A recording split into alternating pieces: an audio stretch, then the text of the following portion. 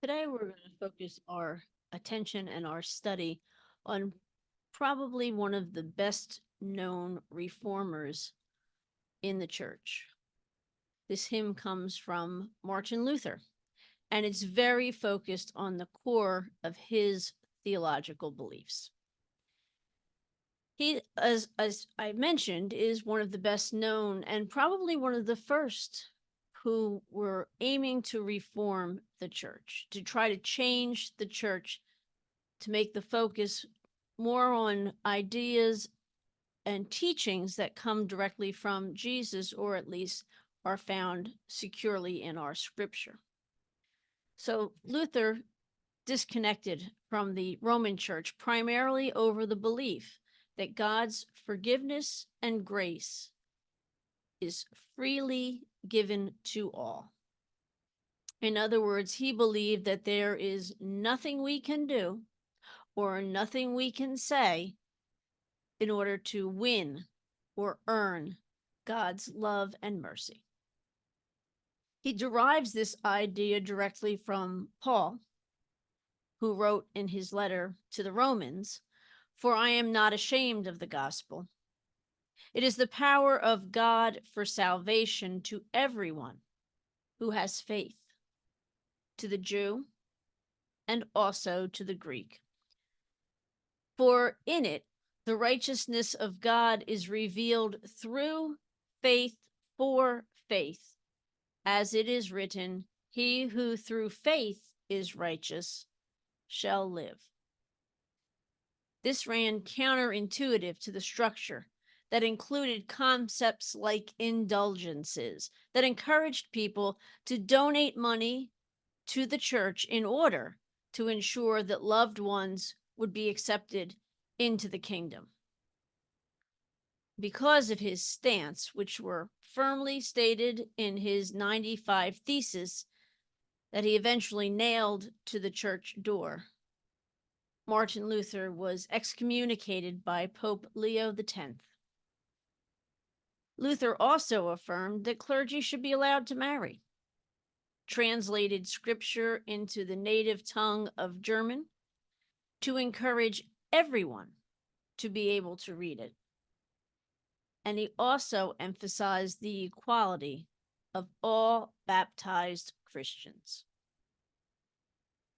And so, with a thankful heart to our Protestant reformers who helped us to become better aware of the elements of our faith as they are found in Scripture, let's take some time and meditate on the hymn, "From Deepest Woe I Cry."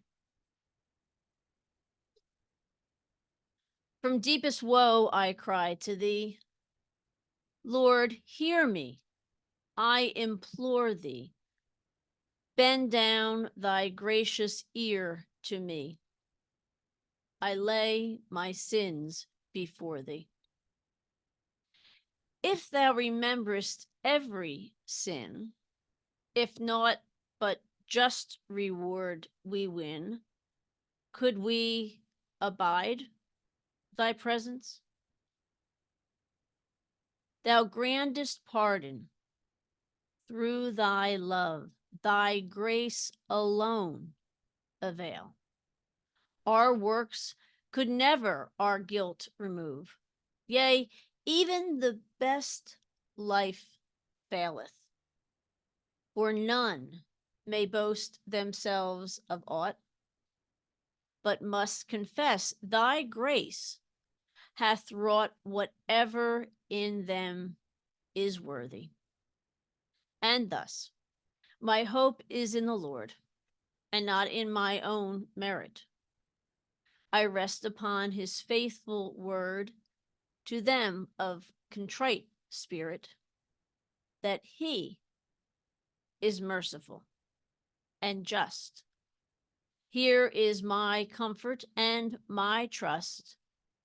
His help I wait with patience. And so our questions to ponder for today are: How do you feel about Luther's stance on the gift of grace so freely given?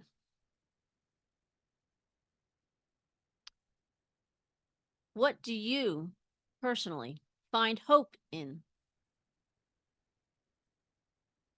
And why do we continue to do good works if our salvation cannot be earned?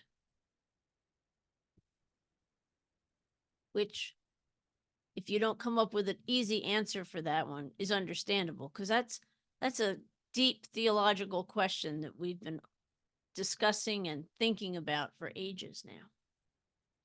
But where do you land on it? Why do you continue to do good works even though our salvation cannot be earned? And I will leave you with some time to contemplate on that motivation.